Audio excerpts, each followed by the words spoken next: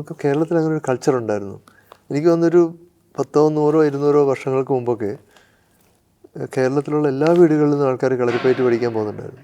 കളരിപ്പയറ്റ് എന്ന് പറയുന്നത് നമ്മുടെ വീടുകളിലും തറവാടുകളിലും ഹിന്ദു, മുസ്ലിം, അങ്ങനെ ക്രിസ്ത്യാനി അങ്ങനെയൊന്നും ഇല്ലായിരുന്നു. ഒരു വീട്ടിൽ നിന്ന് 1-2 പേരെങ്കിലും കളരിപ്പയറ്റ് പഠിക്കാൻ പോകുന്ന ഒരവസ്ഥ ഉണ്ടായിരുന്നു.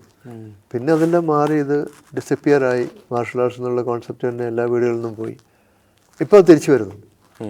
കാരണം ഈ മാർഷൽ ആർട്സ് പഠിക്കുന്നതുകൊണ്ട് നമുക്ക് സെൽഫ് ഡിഫെൻസ് മാത്രമല്ല, ഒരുപാട് ഗുണങ്ങളുണ്ട്. Self esteem, self discipline, focus, അതുപോലെ respectful behaviour, how to respect others, how to receive respect, അങ്ങനെയൊക്കെ ഒരുപാട് ഗുണങ്ങൾ ഇതിനകത്തുണ്ട്. പിന്നെ health wise you keep yourself very healthy. അതുകൊണ്ട് റൈറ്റ് ട്രെയിനിങ് ആയിരിക്കണം, റൈറ്റ് മാസ്റ്റർ ആയിരിക്കണം. ഇതിനകത്ത് ഒരുപാട് പേര് കളിപ്പീരുകാരുണ്ട്. അവിടെ നിന്നും ഒന്ന് ചാടാതെ ഫൈൻഡ് എ ഗുഡ് മാസ്റ്റർ.